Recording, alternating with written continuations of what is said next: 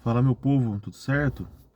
Vou falar um pouquinho da estreia de alguns campeonatos nacionais europeus que deram início no último final de semana. Falar um pouco da Premier League, que é o mais interessante, intenso e técnico de todos. É o melhor campeonato nacional do planeta hoje. Começou na sexta-feira o jogo do Arsenal contra o Crystal Palace. Jogo difícil pro Arsenal. O Arsenal vem tendo dificuldades contra o Crystal Palace, fora de casa. E o Arsenal venceu por 2-0, iniciou muito bem. O Arteta vem fazendo um excelente trabalho no time do Arsenal. A pré-temporada deles foi muito forte. O Gabriel Jesus começou muito bem no time londrino. E o time fez uma boa partida e venceu por 2-0 com autoridade. Já no sábado, o surpreendente Fulham, que vem da segunda divisão, contratou recentemente o Andreas Pereira, que estava no Flamengo. O Fulham empatou com o atual vice-campeão da Premier League, atual vice-campeão europeu, o Liverpool, e atual campeão da Supercopa da Inglaterra, né? No final de semana passado, o Liverpool atropelou o Manchester City por 3-1. Jogo surpreendente. Teve a estreia de gols do Darwin Núñez. Ele entrou no segundo tempo e fez de letra o gol do 1-1. O Fulham fez 2-1 e o Liverpool teve que buscar o empate. O que chama atenção nesse jogo para nós brasileiros? É um atacante que chama Aleksandar Mitrovic. Ele é atacante da seleção sérvio. Ele tem 27 anos e na última temporada ele fez em 46 jogos incríveis 43 gols. E no jogo desse jogo contra o Liverpool ele fez dois gols. Ele fez dois gols no Liverpool, que não é uma coisa para coisa para poucos atacantes. Ele é um atacante muito bom. Eu acredito que se ele manter um nível parecido com o da última temporada, tudo bem que ele jogou Championship, que é a segunda divisão inglesa, mas se ele manter algo parecido na Premier League, ele não vai ficar no Fulham, porque ele é um centroavante muito bom, fazedor de gols. Para você ter uma ideia, ele tem a mesma média de gols praticamente do que o Gabigol na carreira.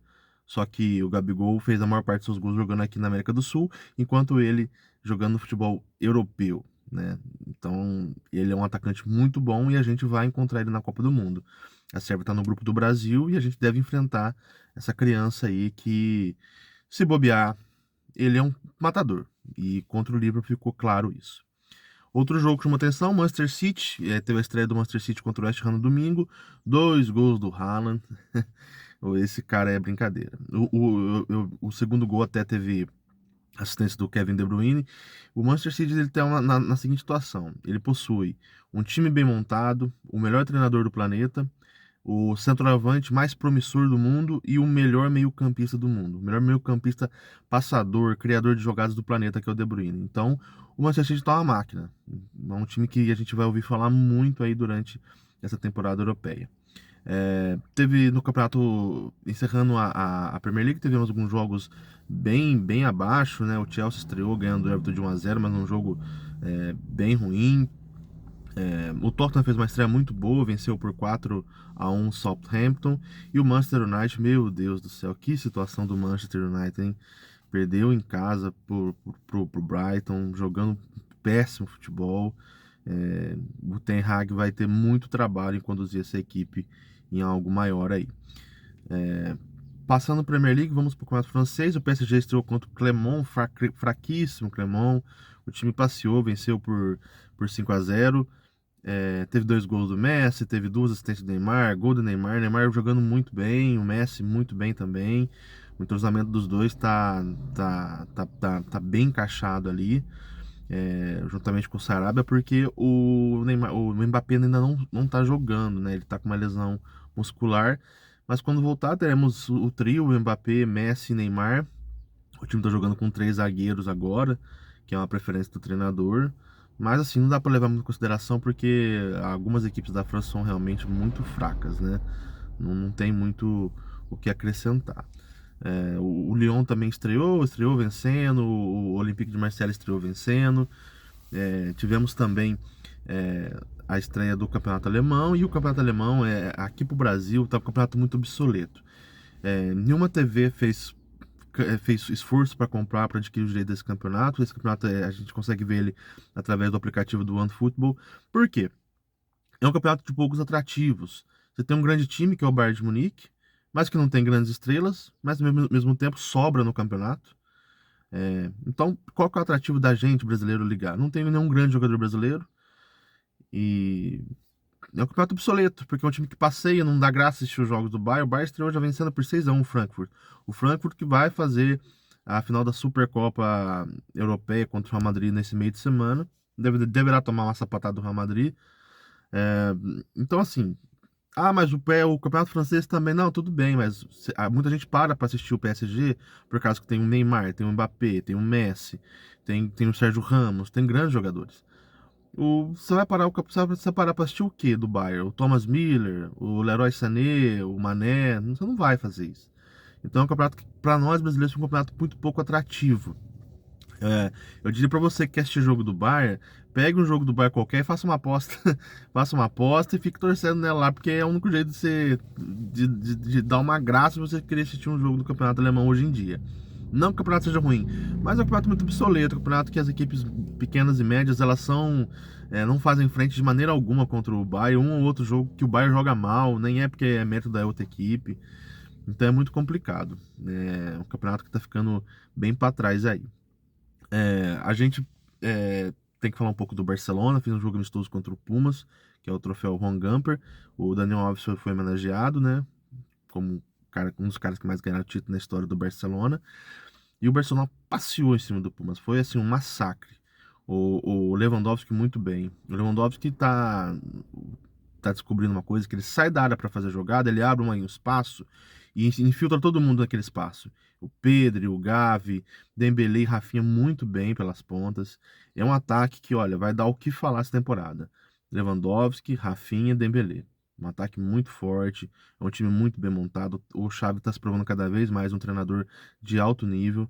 Então é um time que promete também para essa temporada. O Real Madrid não jogou, não teve nenhum amistoso. Vai fazer agora a Supercopa no meio da semana e esperar a estreia da La Liga na semana que vem, que é o Campeonato Espanhol. Semana que vem tem a estreia da La Liga e da Série A, que são os campeonatos aí que estão faltando estrear. Rapidamente, em termos de jogadores brasileiros e estamos em ano de Copa do Mundo, a gente vai tentar falar um pouquinho das atuações de alguns jogadores brasileiros importantes da seleção nesses jogos de final de semana dos campeonatos europeus. O Alisson fez uma partida ok contra o Fulham, não fez nenhuma grande defesa, é um goleiro muito seguro ainda, mas não apresentou muito repertório, né? Uma partida normal. Os laterais não jogaram, né? O Alexandre e o Danilo, porque a Juventus não jogou, tá aguardando a estreia do Campeonato Italiano na semana que vem. O Thiago Silva foi o melhor jogador do Chelsea na partida contra o Everton, jogou muita bola, foi eleito o melhor jogador da partida com méritos. O Marquinhos fez uma partida muito boa, fez gol nessa goleada do PSG que eu citei agora há pouco. O Casemiro não jogou, o Real Madrid não jogou, o Casemiro não jogou, o Vinícius Júnior não jogou. O Paquetá fez uma boa partida na estreia do Lyon, mas nada muito que impressione muito. O Fred fez uma partida lamentável na estreia do Manchester United, foi muito criticado pela imprensa inglesa, jogou muito mal o Fred. Aliás, as grandes preocupações da seleção brasileira, na minha opinião, são as duas laterais e o meio de campo. O Brasil é muito frágil nesses pontos e eu acho que é aí por isso que eu não vejo o Brasil favorito para ganhar a Copa. Eu acho que se você não tem um meio de campo forte e laterais competentes, eu acho muito difícil qualquer seleção, por mais competente que ela seja, ganhar uma Copa do Mundo. Né? Ver as últimas campeãs aí, o grande ponto forte delas era o meio de campo. E o nosso meio de campo, desculpa, não é um grande meio de campo. Né? Tem o Casemiro. O Casemiro não é o mesmo Casemiro de há muito tempo e ele é um volante, gente. O Casemiro não é um jogador que vai fazer essa diferença toda aí, não. Rafinha jogou muito bem, como eu disse, pelo Barcelona. O Vinícius Júnior não jogou. O Neymar jogou muito bem pelo Lyon. Essa é uma excelente notícia pra gente. Só que ao mesmo tempo que o Neymar jogou muito bem, o Messi também jogou muito bem, né? Então a seleção da Argentina vem muito forte para essa Copa do Mundo aí. E é isso. Mais de destacar não tem. Vamos aguardar agora a estreia semana que vem do Campeonato Italiano e da La Liga, do Campeonato Espanhol. Tá? Mas essa temporada promete. Com essa questão da Copa do Mundo ser em novembro, dezembro, eu não sei como é que vai ficar o planejamento das equipes e dos jogadores para esse início de temporada. Nós vamos aguardando aí, mas a gente já estava rezando para voltar esses campeonatos aí, porque ninguém merece ficar assistindo o Campeonato Brasileiro todo final de semana, porque são níveis bem diferentes. A gente que gosta de futebol, a gente quer ver um futebol de alto nível, e o futebol de alto nível é jogado lá, infelizmente, né? Tá certo? Depois a gente volta para falar do jogo de hoje, Flamengo e Corinthians, do amistoso Flamengo e Corinthians.